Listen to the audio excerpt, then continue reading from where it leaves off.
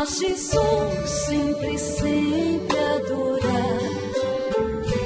Pais cristãos em meu nome falaram.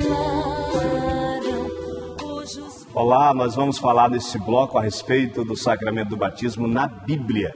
Quando falamos sacramento, queremos que você compreenda de que nós estamos tratando. A palavra sacramento significa sinal. É um sinal visível da graça invisível de Deus. Na igreja existem 7 sacramentos. Eles se dividem em blocos. Os primeiros 3 são chamados sacramentos da iniciação à vida cristã: o batismo, a Eucaristia e a Crisma.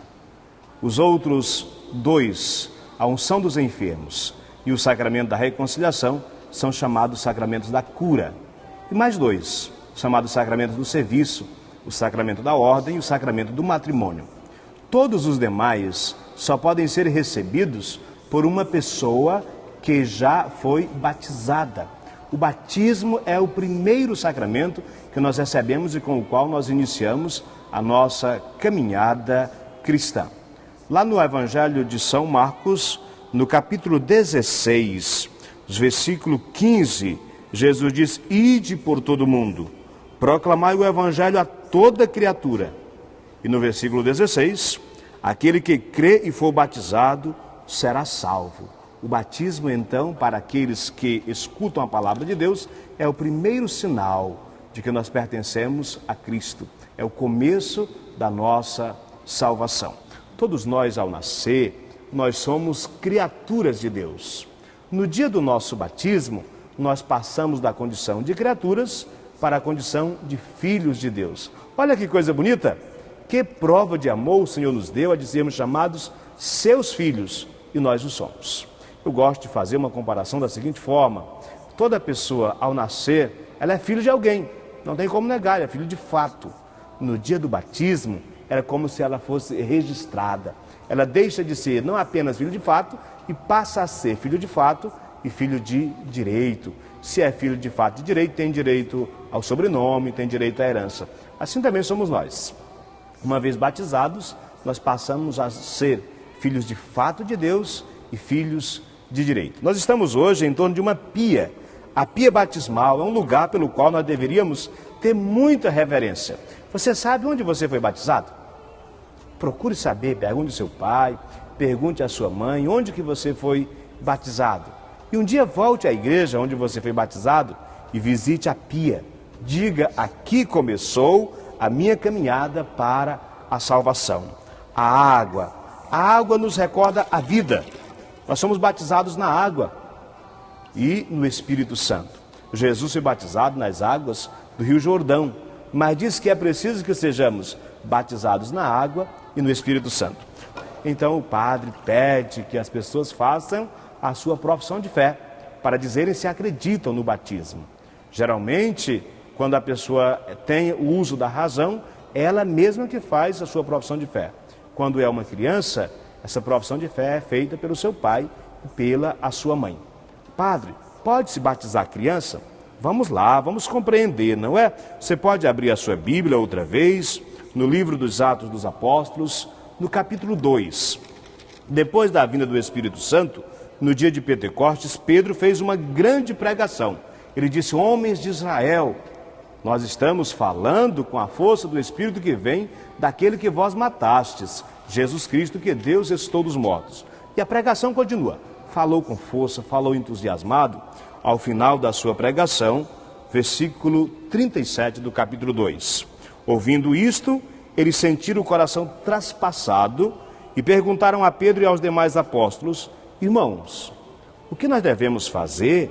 Respondeu-lhes Pedro: arrependei-vos e cada um de vós seja batizado em nome de Jesus Cristo para a remissão dos pecados.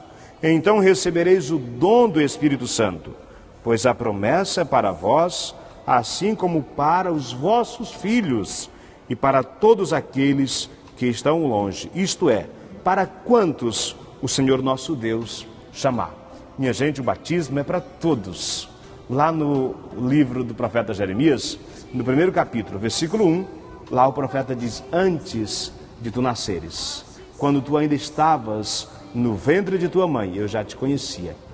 Ou seja, o Senhor quer que nós pertençamos a Ele desde o nosso nascimento. Mesmo antes de nós nascermos, o Senhor já conta que nós sejamos seus filhos.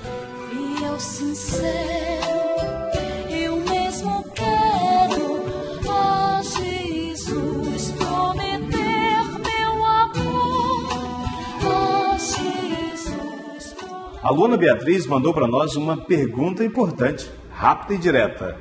Padre, qual o conselho que o Senhor daria aos jovens? Luana, obrigado pela tua sugestão de pedir um conselho. Hoje eu abriria contigo a carta de São Paulo a Timóteo, a primeira carta, no capítulo 4, versículos 12 até o versículo 16. São Paulo diz que ninguém despreze a tua jovem idade. Quanto a ti, sê para os fiéis modelo na palavra, na conduta, na caridade, na fé, na pureza. Eu diria também, vive a tua juventude. Jovem, a alegria, a ousadia, a criatividade, tudo isso eu diria para que fosse vivido, desde que essa vivência fosse na responsabilidade, seja na responsabilidade.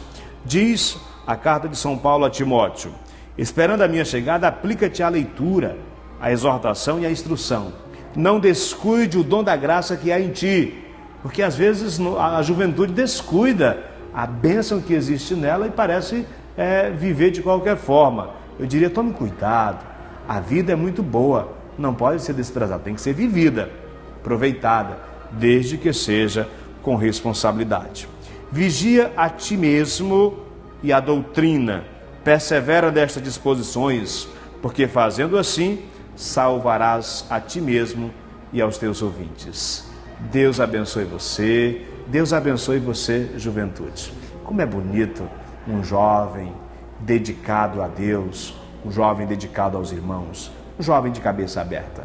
Seja um jovem flexível, seja um jovem aberto ao diálogo, mas não seja relativista. O que é o relativista? É aquela que diz, tanto faz, tudo pode, tudo posso, mas nem tudo me convém.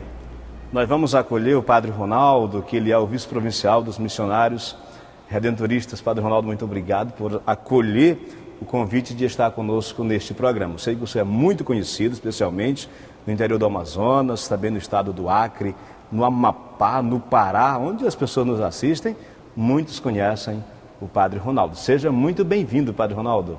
É uma alegria estar nesse programa e falar de um tema tão atual e tão importante para a vida de nós cristãos. Então você acompanha, não desliga. No próximo bloco, Padre Ronaldo e eu conversaremos, continuando essa conversa do batismo.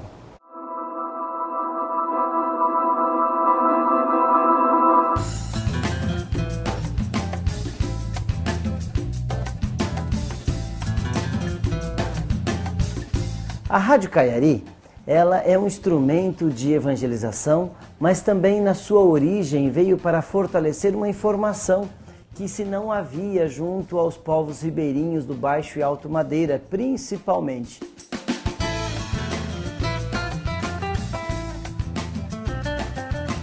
Fazer parte da Rádio Caiari, para que eu possa dizer a você, é uma felicidade.